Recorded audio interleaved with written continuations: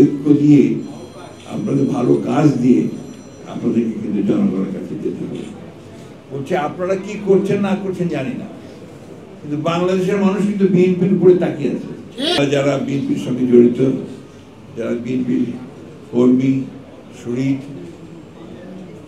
নেতা, তাদের কাছে আমার একটাই অনুরোধ,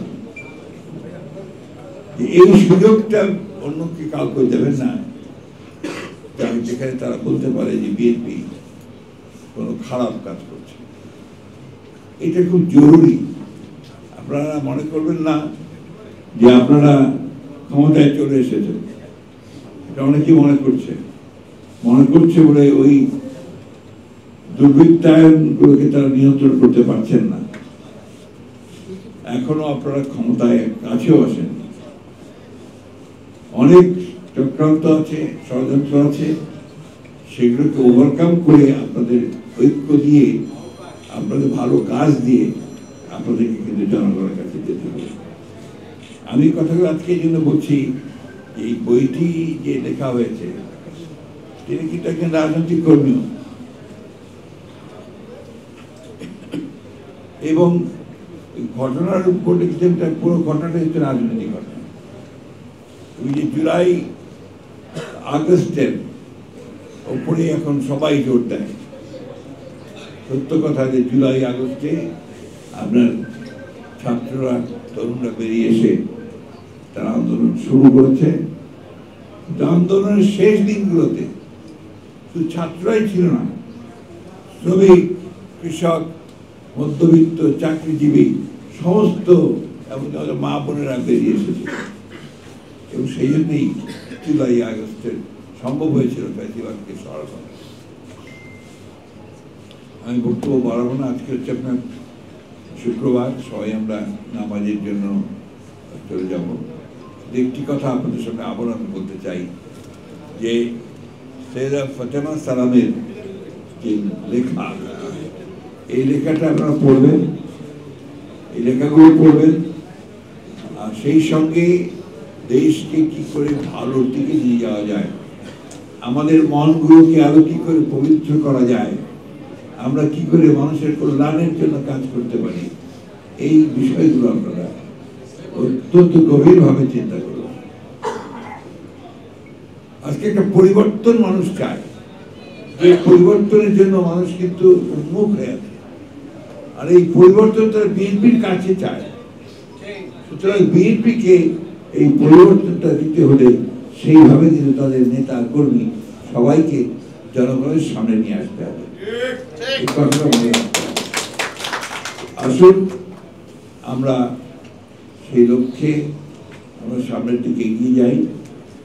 আমি বারবার বলেছি, আমরা সবাই জানেন যে আমরা এই গণতন্ত্রের উত্তরণের জন্য আমরা 15 বছর ধরে লড়াই করেছি।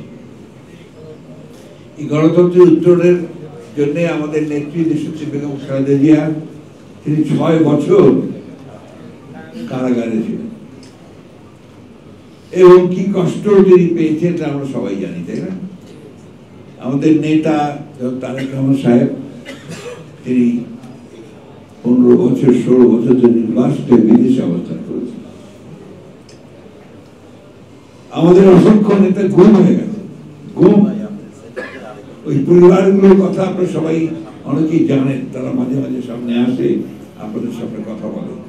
তাদের বাচ্চারা যখন তাদের চোখের পানি পড়ে, তখন আমরা চোখের পানি রাখতে পারি। আজকে ওই যে আমাদের ত্যাগ শিকার, এই ত্যাগকে আমাদেরকে অবশ্যই মূল্যায়ন করতে হবে। আপনার যে একটা কবিতা আছে না, বীরের এই রক্ত স্রোত, মায়ের এই অশ্রুধারা, এর যত মূল্য তাকে ধরার তুলায় হবে হারা। বলছে আপনারা কি করছেন না করছেন জানি না, কিন্তু বাংলাদেশের মানুষ কিন্তু বিএনপির উপরে তাকিয়ে আছে। বিএনপি তাদের পরিবর্তন আনবে। বিএনপি এই ফ্যাসিবাদ যে ধ্বংস করে দিয়ে গেছে, অর্থনীতি, সমাজকে, স্বাস্থ্য ব্যবস্থা, শিক্ষা ব্যবস্থা, এগুলো পরিবর্তন বিএনপি নিয়ে আসবে। এটা কিন্তু মানুষের আশা। ওই জায়গাটাকে আপনারা নষ্ট করবেন না, ওই জায়গাটা ধরে নেবেন এবং সেইটাকে যেন ফলপ্রসূ হয়, আমরা যেন সেইখানে পৌঁছতে পারি, তার জন্য আমাদেরকে কাজ করতে হবে।